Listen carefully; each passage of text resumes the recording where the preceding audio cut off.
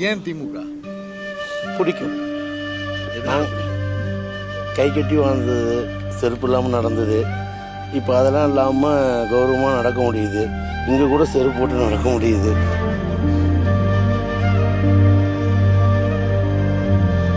வேற ஒதுக்கப்பட்டதெல்லாம் தாண்டி வந்ததுனால பிடிக்கும்.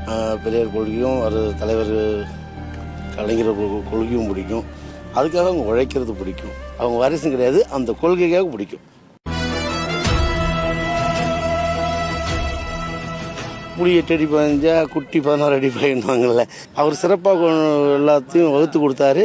அது நல்லா செயல்படுத்திட்டு போறாரு.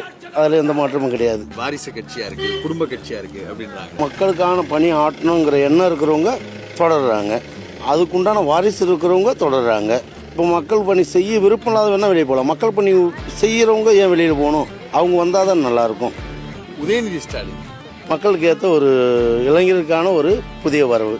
ஒரு முறை கடலூரில் பேட்டி கொடுத்தாங்க. காமராஜர் மாதிரி ஆட்சி அமைக்கிறேன், பெரிய அண்ணா மாதிரி ஆட்சி அமைக்கிறேன், எம்ஜிஆர் மாதிரி அமைக்கிறாங்க. கலைஞர் மாதிரி ஆட்சி அமைக்கணும்னா உழைக்கணும். அந்த வார்த்தை நல்லா இருந்தது. கலைஞர் மாதிரி ஆட்சி அமைக்கணும்னா நல்லா உழைக்கணும்.